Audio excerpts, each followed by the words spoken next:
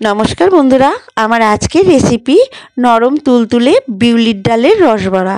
এই শীতকালে কিন্তু পিঠে পায়েসের সাথে সাথে অনেকেই এই বিউলির ডালের রসবড়া খেতে পছন্দ করেন। তবে আমি কিভাবে এই বিউলির ডালের রসবড়াটা করি সেই রেসিপিটাই আপনাদের সঙ্গে শেয়ার করে নিচ্ছি। চলুন তাহলে শুরু করি রেসিপিটি।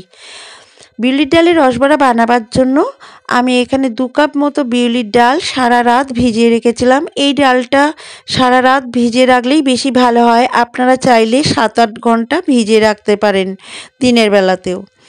এবারে এই ডালটাকে পরিষ্কার করে ধুয়ে নিয়ে আমি একটা মিক্সিং জারের মধ্যে দিয়ে দিয়েছি এই ডালটাকে বেটে নেওয়ার জন্য। এই ডালটা বাটার সময় আমি একটুও জল দিইনি, জল ছাড়াই কিন্তু ডালটা বেটে নিয়েছি। এবারে এই ডাল বাটাটা কতটা স্মুথ হয়েছে আপনাদের একটা হাতার সাহায্যে তুলে দেখিয়ে দিচ্ছি। ঠিক এইভাবে মিহি স্মুথ করে বেটে নিতে হবে। ডালটার মধ্যে একটু খিচখিচে ভাব থাকলে তবে বড়াগুলো কিন্তু ভালো হবে না।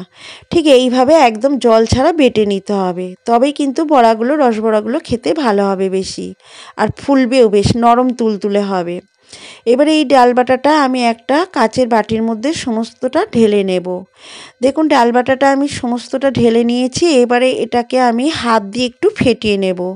এটা কোনো হ্যান্ড হুইস্ক বা মিক্সিতে ফেটালে কিন্তু ভালো হবে না, হাত দিয়ে ফেটাতে হবে। হাত দিয়ে যত বেশি এই ডালটা ফেটাবেন তত বেশি কিন্তু বড়াটাও ভালো হবে। আমি প্রায় 7 থেকে 8 মিনিট এই ডালটা হাত দিয়ে ফেটিয়ে নিয়েছি। ডালটার কালারটা যখন একদম চেঞ্জ হয়ে যাবে, দেখুন একদম ফেটাতে ফেটাতে কিন্তু ডালটা সাদা হয়ে যাবে আর একদম হালকা হয়ে যাবে। এই ডালটা আমার সম্পূর্ণ ফেটানো হয়ে গেছে। এবারে এর মধ্যে আমি দিয়ে দেব অল্প একটু নুন আর 1 চামচ মতো গোটা মৌরি আর নুনটা দিয়ে আবার একটু ভালোভাবে চামচের সাহায্যে মিশিয়ে নেব। চামচের সাহায্যে মিশিয়ে নিয়ে এবারে এই ডাল বাটাটা, বড়াটা ভাজার আগে আমি দেখে নেব ডাল বাটাটা কতটা রেডি হয়েছে বড়া বানানোর জন্য। তার জন্য একটা পাত্রে বাটিতে জল নিয়ে আমি দেখে নেব ডাল বাটাটা আমার একদম পারফেক্ট হয়েছে কিনা বড়া ভাজার জন্য। দেখুন ডালটা একদম ভাসছে, তার মানে বুঝে নিতে হবে ডালটা আমার বড়া ভাজার জন্য, রসবড়া বানানোর জন্য একদম পারফেক্ট রেডি। গ্যাসের উপর একটা কড়াই বসিয়ে আমি খানিকটা সাদা তেল দিয়ে দিয়েছি বড়াটা ভাজার জন্য। অপরদিকে আর একটা গ্যাসে আমি একটা ননস্টিক কড়াই বসিয়ে দিয়েছি, তাতে আমি 1/2 লিটার মতো জল দিয়ে দিলাম রসবড়ার রসটা বানিয়ে নেওয়ার জন্য। 1/2 লিটার মতো জল দিয়ে দিয়েছি। আর এখানে আমি গুড়ের রসবড়া করব, তার জন্য জলটাকে প্রথমে আমি ভালোভাবে গরম করে নিচ্ছি। খুব ভালোভাবে যখন গরম হয়ে যাবে তখন আমি এখানে 250 গ্রাম পাটালি গুড় দিয়ে দেব। পাটালি গুড়টা যেহেতু একটু দেলার হয়ে রয়েছে, তাই আমি খুন্তির সাহায্যে ভালোভাবে এটাকে ভেঙে ভেঙে দিয়ে রসটাকে খুব ভালোভাবে ফুটিয়ে নেব। রসটাকে হাই আঁচে, এটাকে হাই ফ্লেমে একদম ফুটিয়ে নিতে হবে, তাহলে পাটালিটা একদম গলে যাবে। দেখুন পাটালিটা গলে গিয়ে আমার একদম রসটা ফুটে উঠেছে। আরেকটু ঘন করে নেব রসবড়া বানানোর জন্য। রসটাকে আমি এই গুড়ের রসটাকে আরেকটু ঘন করে নেব। আপনারা চাইলে এখানে ঝোলা গুড় দিয়েও রসটা বানিয়ে নিতে পারেন। আমার রসটা একদম তৈরি হয়ে গেছে। এবারে আমি গ্যাসটাকে অফ করে দেব, দিয়ে এই রসটাকে এক সাইডে রেখে দেব। রেখে দিয়ে এবারে আমি বড়াগুলো ভেজে নেব। তেলটা আমার পুরোপুরি গরম হয়ে গেছে। এবারে আঁচটাকে আমি লো করে দিয়েছি। লো করে দিয়ে একটা একটা করে ডাল থেকে ব্যাটার নিয়ে এইভাবে ছোট ছোট করে দিয়ে বড়ার আকারে দিয়ে সমস্ত বড়াগুলো আমি ভেজে নেব, বিউলির ডালের বড়াগুলো।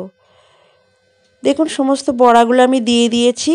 দিয়ে মিডিয়াম আঁচে আমি এই বড়াগুলো ভেজে নেব। এক পিঠ হয়ে গেলে আমি খুন্তির সাহায্যে অপর পিঠ উল্টিয়ে দিয়েছি, দিয়ে সমস্ত বড়াগুলো এইভাবে ভেজে নেব। বড়াগুলো ভাজার সময় দেখবেন একটু ফুলে বড় হয়ে যাবে। বড়াগুলো ভাজা হয়ে গেলে এবারে একটা ঝাঁঝরি হাতার সাহায্যে আমি তুলে নেব। বড়াটা আমার ভাজা হয়ে গেছে। এবারে আমি বড়াগুলো তুলে নেব। বড়াগুলো তুলে নিয়ে গরম থাকতে থাকতেই একদম যে গুড়ের রসটা আমি করে রেখেছি সেই গুড়ের রসের মধ্যে দিয়ে দিতে হবে। এটা গরম অবস্থাতেই করতে হবে, একদম গরম গরম বড়াটা তুলে গরম ওই রসের মধ্যেই দিতে হবে। দিলে তবেই কিন্তু এই ডালের মধ্যে রসটা পুরোপুরিভাবে ঢুকে যাবে। সমস্ত বড়াগুলো আমি দিয়ে দিয়েছি। দিয়ে একটু খুন্তির সাহায্যে, স্প্যাচুলার সাহায্যে আমি একটু রসের মধ্যে ভালোভাবে মিশিয়ে নেব। মিশিয়ে নিয়েছি। নিয়ে আর এক ব্যাচের বড়া আমি ভেজে নিচ্ছি। আমার আর এক ব্যাচের বড়াও ভাজা হয়ে গেছে। ঠিক এইরকম যখন একটা কালার চলে আসবে তখন বড়াগুলো তুলে নিতে হবে। তুলে নিয়ে সমস্তটা রসের মধ্যে, গুড়ের রসের মধ্যে দিয়ে দিতে হবে। এই বড়াগুলো কিন্তু গরম অবস্থায় ভাজতে ভাজতে তুলে পর দিতে হবে, ঠান্ডা হয়ে গেলে কিন্তু হবে না, তবে রসগুলো কিন্তু ভালো ঢুকবে না। আমার সমস্ত বড়াগুলো ভাজা হয়ে এসেছে, আমি রসের মধ্যে দিয়ে দিয়েছি সমস্ত বড়াগুলোকে। দিয়ে এটা আমি আর একবার একটু গ্যাসটা জ্বেলে ফুটিয়ে নেব। সমস্ত বড়াগুলো দিয়ে আবার রসটাকে একটু একবার ফুটিয়ে নিতে হবে। তার জন্য আমি গ্যাসটাকে জ্বেলে আবার কড়াইটা বসিয়ে দিয়েছি। দিয়ে 1 মিনিট মতো একটু ফুটিয়ে নেব। এইভাবে আর একটু ফুটিয়ে নিলে, বড়াগুলো দিয়ে আর একবার ফুটিয়ে নিলে রসটা কিন্তু বড়ার মধ্যে খুব ভালোভাবে একদম ঢুকে যাবে আর নরম তুলতুলে হয়ে যাবে। এবার আমি গ্যাসটাকে অফ করে দেব। গ্যাসটাকে অফ করে দিয়েছি। দিয়ে আমি এটাকে ঠান্ডা হতে দেব 3 থেকে 4 ঘন্টা। 3 থেকে 4 ঘন্টা পর কিন্তু এটা আমি হাতা দিয়ে তুলে আপনাদেরকে দেখাবো। দেখুন 3 থেকে 4 ঘন্টা পর আমি এবারে দেখাচ্ছি। একদম বড়াগুলো ঠান্ডা হয়ে গেছে, রসটা একদম সোপ করে নিয়েছে। এবারে আমি একটা বাটিতে এটাকে সার্ভ করে দেব। সমস্ত বড়াগুলো তুলে আমি একটা বাটিতে সার্ভ করে দিচ্ছি। আপনারাও এইভাবে বাড়িতে বানিয়ে খেয়ে দেখুন। এই বিউলির ডালের রসবড়া খেতে কিন্তু দারুণ লাগবে। একটা বড়া আমি ভেঙে দেখিয়েও দিচ্ছি যে এর মধ্যে রসটা কতটা ঢুকে গেছে আর কতটা নরম তুলতুলে হয়েছে। দেখুন একদম নরম তুলতুলে সফট বড়া আমার তৈরি, রসবড়া। আমার আজকের এই রেসিপি বিউলির ডালের রসবড়া যদি ভালো লাগে তো অবশ্যই একটা লাইক করবেন। আর আপনাদের কাছে অনুরোধ রইল আমার পুরো ভিডিওটা দেখার জন্য।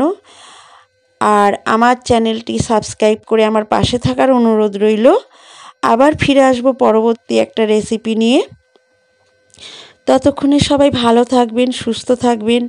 আর আমার ভিডিওটা এতক্ষণ ধরে দেখার জন্য সবাইকে অসংখ্য ধন্যবাদ।